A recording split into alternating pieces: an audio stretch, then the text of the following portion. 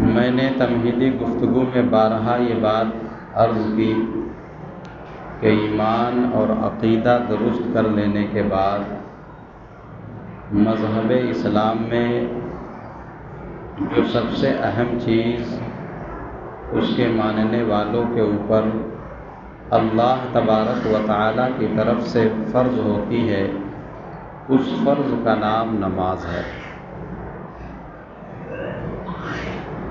نماز ایک اتنی اہم عبادت ہے کہ اللہ کے رسول صلی اللہ تعالی علیہ وسلم نے فرمایا کہ نماز میری آنکھوں کی ٹھنڈک ہے۔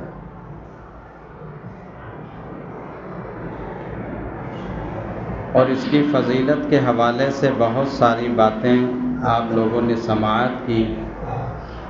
ایک بات یہ بھی ہے کہ بندہ مومن اپنے رب سے سب سے زیادہ قریب تب ہوتا ہے جب وہ نماز کی حالت میں ہوتا ہے، اور نماز کے جو ارکان ہے اس ارکان میں جو سجدے کی کیفیت اور حالت ہوتی ہے، اس حالت میں اللہ کے رسول صلی اللہ علیہ وسلم نے فرمایا کہ بندہ مومن اپنے رب سے سب سے زیادہ قریب ہو جاتا ہے۔ سجدے کی حالت میں ایک انسان اپنے رب سے سب سے زیادہ قریب ہوتا ہے۔ تو نماز ایک ایسی عبادت ہے جس کے ذریعے سے ایک انسان اگر چاہے تو رب تبارک و تعالی کی قربت حاصل کر سکتا ہے۔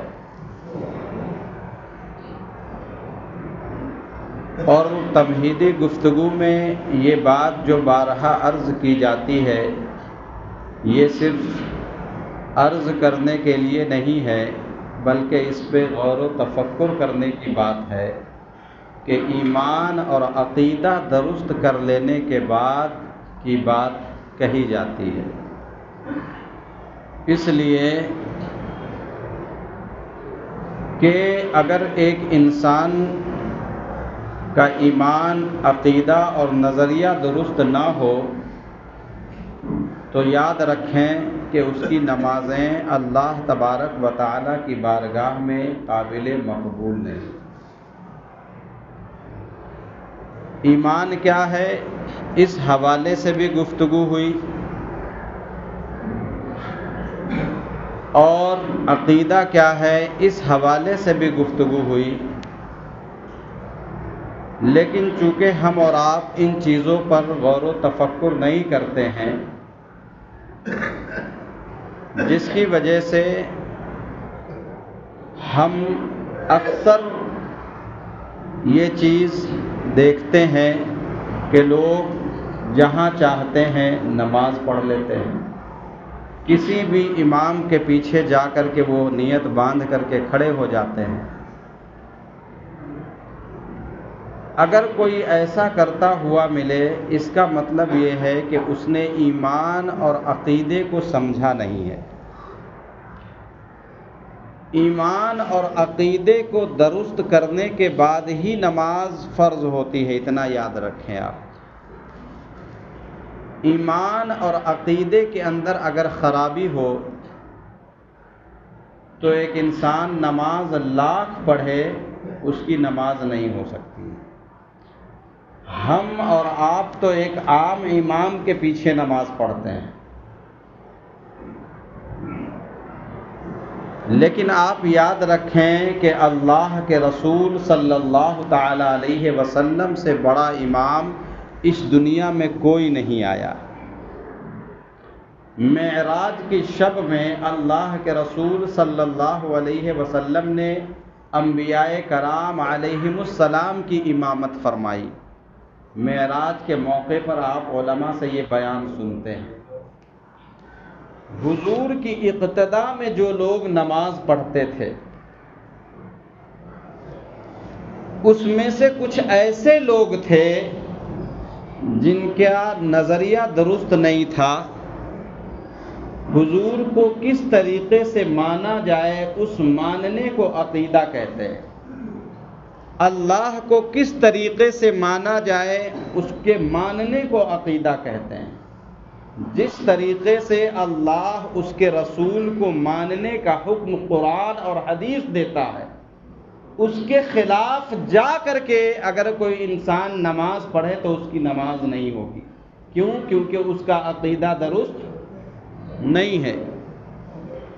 بات کہیں سے کمزور نہ رہے اس لیے میں اس روایت کو آپ کے سامنے میں رکھوں۔ کچھ لوگ ایسے تھے جو حضور کی اقتداء میں نماز پڑھتے تھے۔ اب سوچئے کہ جنہوں نے حضور کی اقتداء پا لی ہو ان سے بڑا کوئی نمازی کیسے ہو سکتا ہے؟ لیکن انہی لوگوں میں سے چند ایسے ہوئے جس کے بارے میں قرآن فرماتا ہے وَمِنَ النَّاسِ مَن يَقُولُ آمَنَّا بِاللَّهِ وَبِالْيَوْمِ الْآخِرِ وَمَا هُمْ بِمُؤْمِنِينَ۔ قرآن یہ کہہ رہا ہے کہ کچھ لوگ ایسے ہیں جو یہ کہتے ہیں میں ایمان لایا، آمنا باللہ وملائکتہ، ومن الناس من یقول آمنا، کچھ لوگ ایسے ہیں جو یہ کہتے ہیں میں ایمان لایا، کس پر؟ اللہ اور اس کے رسول پر اور اس کی کتاب پر، وبالیوم الآخری، اور آخرت کے دن پر۔ اور قرآن میں آگے اللہ کیا فرما رہا ہے؟ وما ہم بمؤمنین، لیکن اے محبوب جو یہ کہہ رہے ہیں وہ ایمان والے نہیں۔ یہ کون کہہ رہا ہے؟ آپ کو بظاہر ایسا لگے کہ یہاں پر کھڑا ہو کر کے ایک سادہ سا آدمی یہ بات کہہ رہا ہے، اگرچہ یہ بات میں کہہ رہا ہوں لیکن یہ جو کلام ہے یہ اللہ تبارک و تعالیٰ کا ہے، اور اللہ یہ فرما رہا ہے کہ کچھ لوگ یہ کہتے ہیں کہ میں ایمان لایا، کس پر؟ اللہ پر، اس کے رسول پر، اس کی کتاب پر اور آخرت کے دن پر۔ اور انہی چیزوں پر ایمان لانے کے بعد ایک انسان مومن ہوتا ہے، جس کی وضاحت کے ساتھ بیان کلمہ ایمان مفصل کے اندر موجود ہے۔ اور قرآن یہ کہہ رہا ہے وما ہم بمؤمنین۔ آپ اگر اس کی تفسیر کبھی اٹھا کر کے پڑھیں، آپ اس کا بیک گراؤنڈ دیکھیں کہ آخر یہ کیسے ہو سکتا ہے کہ انسان یہ کہہ رہا ہے کہ میں رب کو بھی مان رہا ہوں، اس کے رسول کو بھی مان رہا ہوں، اللہ کی کتاب کو بھی مان رہا ہوں، آخرت کے دن کو بھی مان رہا ہوں، اور اللہ تبارک و تعالیٰ فرما رہا وما ہم بمؤمنین، لیکن وہ ایمان والے نہیں۔ اس کا مطلب کیا ہے؟ اس کا مطلب یہ ہے کہ وہ زبان سے تو یہ کہہ رہا ہے کہ میں مان رہا ہوں، لیکن جیسے ماننے کا حکم ہے وہ ویسے نہیں مان رہا، اس لیے قرآن یہ کہہ رہا ہے وہ ایمان والے نہیں۔ آخر وہ کرتے کیا تھے؟ حضور کے سامنے میں بھولے بنے رہتے تھے، صحابہ کرام کے ساتھ میں جا کر کے نماز پڑھتے تھے، قرآن کو سنتے تھے، پڑھتے تھے، لیکن جب آپس میں اکیلے ہوتے تو وہ منافق کیا کہتے تھے کہ ہم تو ان کے ساتھ ہنسی مذاق کر رہے تھے۔ یہ منافقوں کی پہچان ہوتی ہے کہ وہ آپ کے سامنے میں اچھا بنتا ہے، آپ کے پیٹھ کے پیچھے آپ کی وہ برائی کرتا ہے۔ حضور کے سامنے میں وہ اچھے بنتے تھے، نمازی بن جاتے تھے، قرآن پڑھنے والے بنتے تھے، لیکن پیٹھ پیچھے کیا؟ وہ اپنے ہی دین پر رہتے تھے، جس کی وجہ سے قرآن نے یہ کہا کہ وما ہم بمؤمنین، وہ ایمان والے نہیں۔ تو اگر یہ کسوٹی ہوتی کہ نماز کی بنیاد پر ایک انسان کو یہ پرکھ لیا جاتا کہ یہ نمازی ہے تو مومن ہے، تو وہ سارے منافق کیا تھے؟ حضور کی اقتداء میں نماز پڑھنے والے سب مومن ہو جاتے۔ اس کا مطلب یہ ہے کہ ایمان الگ چیز ہے، عقیدہ الگ چیز ہے۔ تو ایمان اور عقیدہ بارہا تمہیدی گفتگو میں جو میں آپ سے یہ عرض کرتا ہوں کہ ایمان اور عقیدہ درست کرنے کے بعد ایک انسان کے اوپر نماز فرض ہوتی ہے۔ تو ہم نے کبھی اپنے ایمان کو جانچا؟ ہم نے کیا اپنے عقیدے کو کبھی پرکھا کہ واقعی میں ویسا ایمان اور عقیدہ ہمارا ہے کہ نہیں، جس کے ہو جانے کے بعد نماز ایک انسان کی نماز رہتی ہے؟ اگر نہیں تو ہمیں غور و فکر کرنے کی ضرورت ہے، کیونکہ میرے اور آپ کے نبی صلی اللہ تعالی علیہ وسلم نے یہ بات کھلے الفاظوں میں بیان فرمائی۔ کیا بیان فرمائی؟ کہ بنی اسرائیل جو امت گزری ہے وہ 72 فرقوں میں بٹ گئی تھی۔ کتنوں میں بٹی تھی؟ 72 میں۔ اور میرے آقا نے فرمایا میری امت 73 فرقوں میں بٹ جائے گی۔ کتنے فرقوں میں بٹے گی؟ 73 فرقوں میں۔ اور فرمایا 72 ناری ہوں گے اور ایک فرقہ ہوگا جو جنتی ہوگا۔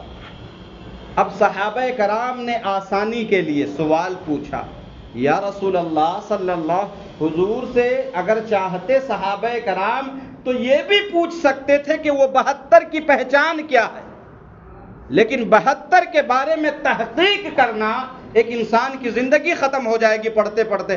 ہم یہاں اپنے معاملات کو نہیں پڑھ پا رہے ہیں، ہم اپنے معاملات کو نہیں سمجھ پا رہے ہیں، تو ہم 72 کے بارے میں اگر جانچنے اور پرکھنے نکل جائے تو زندگی ختم ہو جائے گی، ہم ان کو سمجھ نہیں پائیں گے۔ تو صحابہ کرام نے آسان نسخہ یہ بتلایا کہ یا رسول اللہ، صحابہ نے یہ نہیں پوچھا وہ 72 کی پہچان کیا ہے، وہ 72 کیسے ہوں گے، بلکہ صحابہ کرام نے کہا یا رسول اللہ وہ ایک جو جنتی ہوگا اس کی کیا پہچان ہے؟ تو میرے آقا صلی اللہ تعالی علیہ وسلم نے فرمایا سنو، آج کے دن جس عقیدے پر میں اور میرے صحابہ ہیں، جو اس پر قائم رہیں گے، سمجھ جانا کہ وہی فرقہ جنتی ہے۔ اب یہاں پر دیکھنے والی بات یہ ہے کہ اس وقت جو صحابہ کرام تھے وہ حضور کو کس طریقے سے مانتے تھے، اور آج اگر اسی عقائد و نظریات پر ہم اور آپ غالب چل رہے ہیں تو مبارکباد کے مستحق ہیں، وگرنہ صرف نماز، صرف روزہ، ان چیزوں کو دیکھ کر کے عقیدہ اور ایمان کو ترجیح نہیں دے رہے ہیں تو کہیں نہ کہیں ہم اور آپ بھٹکے ہوئے ہیں۔ تو یہ دیکھنے کی ضرورت ہے کہ صحابہ کرام نے حضور کو کس طریقے سے مانا ہے۔ صحابہ کرام کا عقیدہ قیامت آخرت کے بارے میں کیسا تھا؟ صحابہ کرام اللہ و رسول کے بارے میں کیسے عقائد و نظریات رکھتے تھے؟ ان چیزوں کو اگر جانیں گے تب جا کر کے عقیدہ صحابہ کرام پتہ چلے گا۔ آج کچھ لوگ صحابہ کو ہی غلط کہہ دیتے ہیں، جبکہ حضور نے فرمایا جس پر میں اور میرے صحابہ ہیں، اس پر جو لوگ قائم رہیں گے وہی جنتی ہوں گے۔ آج کچھ لوگ صحابہ کو ہی برا بھلا کہہ دیتے ہیں، حضور ہی غلط تھے۔ اللہ تبارک و تعالیٰ کی وحدانیت کا ہی انکار کر دیا جائے تو اب بتائیے کہ نماز رہے گی، روزہ رہے گا؟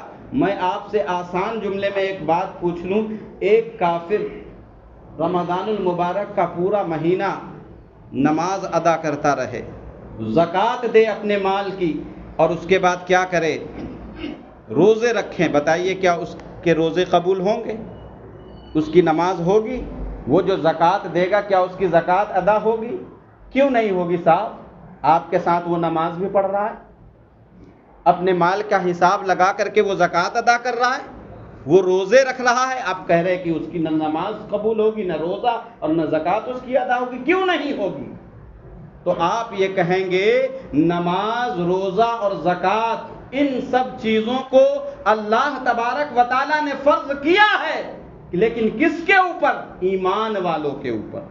جب ایمان والا ہوگا تب نماز ہوگی، جب ایمان والا ہوگا تب روزے قبول ہوں گے، جب ایمان والا ہوگا تب زکوٰۃ دی جائے گی تو ادا ہوگی۔ تو ایمان والا ہے یہ کیسے پتا چلے؟ تو فرمایا جس نے اس چیز کا اقرار کیا، آمنتو باللہ وملائکتہ ورسلہ والیوم الآخر والقدر خیرہ وشرہ من اللہ تعالی والبعث بعد الموت۔ ایمان مفصل میں جن جن چیزوں کا ذکر آیا اس چیز کو دل سے مان لینے کا نام ایمان ہے۔ ایمان لایا اللہ اور اس کے رسول پر، اور کس چیز پر؟ ملائکہ پر، اللہ کی کتاب پر، اور فرمایا وہ تقدیر کی اچھائی اور برائی پر، والقدر خیرہ وشرہ، تقدیر کی اچھائی اور برائی پر، والبعث بعد الموت، اور مرنے کے بعد دوبارہ اٹھائے جانے پر۔ اب ایک تو ہے کہ اس چیز کو ہم نے پڑھ لیا اور دل زبان سے یہ بات نکل گئی کہ ہم نے اس کو مان لیا۔ صاحب اب ماننے کے اندر یہ چیز ہے کہ ویسے مانا کہ نہیں جیسے ماننے کی ضرورت ہے۔ جیسے قرآن میں اللہ تبارک و تعالیٰ نے فرمایا یا ایھا الذین آمنوا اتقوا اللہ، اے ایمان والو اللہ تبارک و تعالیٰ سے ڈرو۔ اب کوئی زبان سے کہہ دے کہ میں ڈر رہا ہوں، میں ڈر رہا ہوں اللہ تبارک و تعالیٰ سے، کہنے میں پیسے تھوڑی لگتے ہیں، زبان سے کوئی بھی کلمات ادا کیے جا سکتے ہیں، لیکن واقعی میں ڈر رہا ہوں کہ نہیں، یہ کیسے پتا چلے گا؟ یہ طور طریقے سے پتا چلے گا، یہ چلن سے پتا چلے گا کہ واقعی میں اپنے رب سے ڈر رہا ہوں۔ اللہ نے قرآن میں پھر آگے کیا فرمایا؟ حق تقاتہ، کہنے سے کام نہیں چلے گا، ویسے ڈرو جیسے ڈرنے کا حق ہے۔ وَلَا تَمُوتُنَّ إِلَّا وَأَنْتُمْ مُسْلِمُونَ، اور سنو صرف بات کہنے سے بات نہیں بننے والی ہے، ڈرو ویسے جیسے ڈرنے کا حق ہے۔ کیوں؟ کیونکہ مرنے کے بعد تم کو میرے پاس ہی لوٹ کر کے آنا ہے۔ تو میرے عزیز زبان سے کہہ دینا، آج کل تو میڈیا کا زمانہ ہے، ہر انسان کے ہاتھ میں موبائل ہے، آپ دیکھیں سرچ کر کے، مسلم نہیں ایسے بہت سارے غیر مسلم افراد آپ کو ملیں گے جو باقاعدہ قرآن پڑھ رہے ہیں، باقاعدہ حدیث کی عبارتوں کو پڑھ کر کے اس کے ٹرانسلیشن کو لوگوں کے سامنے میں بیان کر رہے ہیں، اور کیا کر رہے ہیں؟ بہت سارے کام اس طریقے سے انجام دے رہے ہیں۔ تو کیا زبان سے قرآن پڑھ لینے سے انسان مومن ہو جائے گا؟ نہیں ہوگا۔ تو پتہ چلا کہ ویسے ماننا پڑے گا جیسے ماننے کی ضرورت ہے۔ اب کوئی کہے کہ صحابہ کرام کے بارے میں برا بھلا کہے، حضور کے بارے میں برا بھلا کہے، اللہ تبارک و تعالیٰ کے بارے میں جیسے عقائد و نظریات رکھنے کی ضرورت ہے ویسا انسان نہ رکھے اور نماز کا پابند ہو، بتائیے اس کی نماز ہوگی؟ معاذ اللہ، آپ کے اسی صدی کے کچھ مولویوں نے اس طریقے کی باتیں لکھی۔ کیا لکھی؟ کسی نے اپنی کتاب میں یہ لکھ ڈالی کہ معاذ اللہ تبارک و تعالی جھوٹ بول سکتا ہے، بول سکتا ہے۔ اور کسی نے یہ لکھی کہ معاذ اللہ تبارک و تعالی کو پہلے سے یہ بات معلوم نہیں ہوتی کہ یہ جو بندے کوئی کام کرنے جا رہے ہیں یہ کیا کام کریں گے، بلکہ جب بندہ کر جاتا ہے تب اللہ تبارک و تعالیٰ کو پتہ چلتا ہے کہ بندے یہ کرنے والے تھے۔ یہ اللہ تبارک و تعالیٰ کی شان میں کیا ہے؟ توہین ہے۔ جو یہ عقیدہ اور نظریہ رکھتا ہو اور اس کے بعد نماز پہ نماز پڑھتا ہو، بتائیے اس کی نماز ہوگی؟ تو اس لیے کہا جاتا ہے ایمان اور عقیدہ درست کرنے کے بعد، کسی نے کہا معاذ اللہ کے رسول صلی اللہ علیہ وسلم کو تو پیٹھ کے پیچھے کی بھی خبر نہیں ہے۔ کسی نے کہا معاذ اللہ کے رسول صلی اللہ علیہ وسلم مر کر کے مٹی میں مل گئے۔ اور ایسے ایک دو نہیں بلکہ 125 سے زیادہ گندے عقائد و نظریات کتاب کی شکل میں حوالے کے ساتھ میں ابھی آپ کو دکھلا سکتا ہوں۔ یہ سب چیزیں جب ذہن میں آتی ہیں تو آپ یقین جانے کی بے چینی ہوتی ہے، کیا ایسے لوگ اور لوگ ایسے لوگوں کے پیچھے بھی پڑے ہوئے ہوتے ہیں، بہت اچھا آدمی ہے، نماز اس کی نہیں چھوٹتی، روزے اس کے نہیں چھوٹتے ہیں، ایسے گندے عقائد و نظریات رکھ کر کے لوگ نماز کی پرچار کرتے ہیں۔ صحابہ کرام کا عقیدہ جو نظریہ تھا، اعلیٰ حضرت نے اپنی کتاب میں یہ بات لکھی کہ ایک صحابی رسول تھے، اللہ کے رسول صلی اللہ تعالی علیہ وسلم کہیں تشریف لے جا رہے تھے، تو حضور صلی اللہ علیہ وسلم نے دیکھا کہ ایک اعرابی گاؤں کا آدمی بہت خوبصورت گھوڑا لیے ہوئے چلا آ رہا ہے، بہت خوبصورت گھوڑا۔ حضور کو وہ گھوڑا پسند آ گیا۔ حضور نے اس سے پوچھا کیا یہ گھوڑا تم بیچتے ہو؟ اس نے کہا ہاں بیچیں گے، اگر اچھی قیمت ملے گی تو بیچ دیں گے۔ حضور نے فرمایا بتاؤ کتنے میں بیچتے؟ کہا کہ اتنے میں بیچ دیں گے۔ حضور نے فرمایا یہیں رکو، میں پیسے لے کر کے آ رہا ہوں، پیسے لے کر کے آ رہا ہوں۔ حضور گئے پیسے لانے کے لیے، تب تک کسی اور سے اس نے بات کر دی، اور حضور جب وہاں پہنچے تو دیکھا وہ کسی اور کو گھوڑا دے رہا تھا۔ حضور نے فرمایا کیا تم نے یہ گھوڑا مجھ سے نہیں بیچا؟ دیکھیے صحابہ کرام کے عقائد و نظریات کیا تھے۔ کہا تم نے مجھ سے یہ گھوڑا نہیں بیچا؟ فرمایا آپ سے کب بیچا؟ آپ سے تو میری کوئی بات ہی نہیں ہوئی۔ اب چونکہ وہ ایمان والا تو تھا نہیں، آج تو معاذ اللہ اپنے آپ کو ایمان والے کہنے والے لوگ بھی جھوٹی گواہی دیتے، جھوٹ بول بول کر کے دوسروں کا مال ہڑپ لیتے ہیں۔ یاد رکھیں کسی کا اگر 1 روپیہ بھی آپ نے لے لیا ہے اور اس کی وجہ سے اس کو تکلیف ہوئی ہے تو اس کا اتنا بڑا آپ کو نقصان اٹھانا پڑے گا کہ آپ سوچ بھی نہیں سکتے۔ میدان محشر میں قیامت کے دن اگر ایسا بندہ جس کے مال آپ نے ہڑپے ہیں، جس کا 1 روپیہ بھی اگر آپ نے کھا لیا ہے، اگر اس کے پاس ایک بھی نیکی کم پڑ گئی اور اللہ نے کہا جاؤ کسی سے لے لو، تو وہ آپ کے دامن کو پکڑ لے گا، اور آپ کو 1 روپے کے بدلے میں اگر وہ کہے پروردگار اس کی ساری نیکی مجھ کو چاہیے، تو وہاں پر آپ کی ساری نیکیاں ادھر چلی جائے گی، آپ کے پاس کچھ رہ نہیں جائے گا۔ اس لیے مرنے سے پہلے اگر آپ نے کسی کے ساتھ دھوکہ دڑی کی ہے تو ان چیزوں کو رفع دفع کر لینا، وگرنہ اللہ فرماتا میں اپنا حق تو معاف کر دوں گا، لیکن بندوں کا حق جب تک بندے معاف نہیں کریں گے میں بھی معاف نہیں کروں گا۔ اتنا یاد رکھیے گا، کسی کا 1 روپیہ لے کر کے مرنا ہو تو وہ صحابی رسول سے میرے آقا نے فرمایا کیا تم نے مجھ سے سودا نہیں کیا تھا؟ تو کہا کب بات ہوئی میری آپ کی؟ وہ ایمان والا تھا نہیں، جھوٹ بولتا۔ تو میرے آقا نے فرمایا تم جھوٹ بول لے؟ فرمایا اچھا میں جھوٹا ہوں تو آپ گواہ لے آئیے۔ آپ ہی کہتے ہیں کہ کوئی گواہ کسی چیز کی گواہی دے دے تو اس کی بات مانی جائے گی، تو آپ گواہ لے آئیے۔ اب چونکہ صحابہ کرام کو جھوٹ کی وعید پتہ تھی کہ جھوٹ بولنے سے کتنا بڑا نقصان ہوگا، جانتے تھے، تو صحابہ کرام میں سے کوئی صحابی رسول حضور کی طرف سے یہ بولنے کے لیے کھڑے نہیں ہوئے کہ حضور نے تم سے یہ گھوڑا خریدا ہے۔ اسی وقت ایک صحابی رسول سبحان اللہ حضرت خزیمہ چلے آ رہے تھے، حضرت خزیمہ رضی اللہ تعالیٰ عنہ چلے آ رہے تھے۔ ان کو پتہ چلی کہ یہاں پر بھیڑ لگی ہوئی ہے اور حضور کو گھیر کر کے سارے لوگ کھڑے ہیں، تو حضرت خزیمہ نے کہا کیا بات ہے، کس لیے یہ بھیڑ لگی ہوئی ہے؟ تو سارے صحابہ نے کہا ایسی ایسی بات ہے، اور وہ اعرابی کہتا ہے کہ آپ گواہ لے آئیے۔ اب حضرت خزیمہ نے کہا چلو حضور کیا کہتے ہیں یہ بتلاؤ۔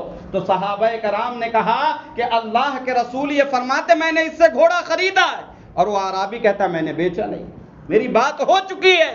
تو وہ حضرت خزیمہ بھیڑ کو چیرتے ہوئے آگے گئے اور اعرابی کو ہاتھ لگایا، اور لگانے کے بعد کہا اے اعرابی سن، اگر تجھ کو گواہ کی ضرورت ہے تو سن، میں گواہی دیتا ہوں کہ اللہ کے رسول نے تجھ سے یہ گھوڑا خریدا۔ اللہ اکبر!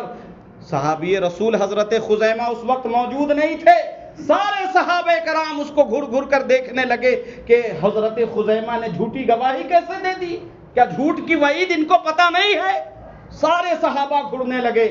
اب چونکہ وہ ایک گواہ چاہتا تھا تو گواہ ملا تو وہ چھوڑ کر کے چلا گیا گھوڑا۔ اب سارے صحابہ ان کی طرف ٹکر ٹکر دیکھنے لگے، تو حضرت خزیمہ سے کسی نے کہا تم نے جھوٹی گواہی کیسے دے دی؟ فرمایا میں نے جھوٹی گواہی کب دی ہے؟ سنو، کیا تم نے رب کو دیکھا ہے؟ کہا نہیں دیکھا۔ کہا مانتے ہو ایک ہے؟ کہا مانتا ہوں۔ کہا کس کے کہنے سے؟ کہا اللہ کے رسول کے کہنے سے۔ فرمایا جب بغیر دیکھے ہوئے ایک رب کی گواہی حضور کے کہنے سے میں نے دے دی ہے، تو یہ گھوڑے کا مسئلہ توحید سے مسئلے سے بڑا تھوڑی ہے۔ جب حضور نے کہا کہ میں نے خریدا ہے تو میں نے مان لیا۔ اب یہ ادا حضرت خزیمہ کی حضور کو اتنی پسند آئی کہ حضور نے فرمایا قرآن میں لکھا ہوا ہے، کیا لکھا ہوا ہے؟ کہ جب بھی گواہی کی ضرورت پڑے تو 2 گواہ چاہیے۔ کتنے چاہیے؟ 2 گواہ۔ اسی لیے شادی بیاہ کے محفل میں 2 گواہ ہوتے ہیں، لیکن میرے آقا نے فرمایا اے صحابہ سنو، ہر جگہ پر 2 گواہ کی ضرورت ہوتی ہے، لیکن جہاں میرا خزیمہ گواہی دے دے اس کی 1 گواہی 2 گواہوں کے برابر ہے۔ سبحان اللہ، ایک لمبی کہانی اس کے پیچھے۔ تو صحابہ کرام کا تو یہ نظریہ اور عقیدہ تھا کہ حضور کو اس طریقے سے مانا، لیکن آج لوگ حضور کی ذات پر انگلی اٹھا رہے ہیں۔ تو میرے عزیز، عقیدہ اور نظریہ اگر آپ کا درست نہیں ہے تو نماز آپ لاکھ پڑھے آپ کی نماز نہیں ہوگی۔ اس لیے عقائد و نظریات اور ایمان کو سمجھنے کی ضرورت ہے۔ اللہ ہمیں اور آپ کو کہنے سننے سے زیادہ کلمات حسنات پر عمل کی توفیق عطا فرمائے، اور کسی بھی قسم کی خطا غلطیاں ہوئی ہو اپنے حبیب کے توسل سے تمام معاملات کو معاف فرمائے۔ درود ان پر، سلام ان پر، یہی کہنا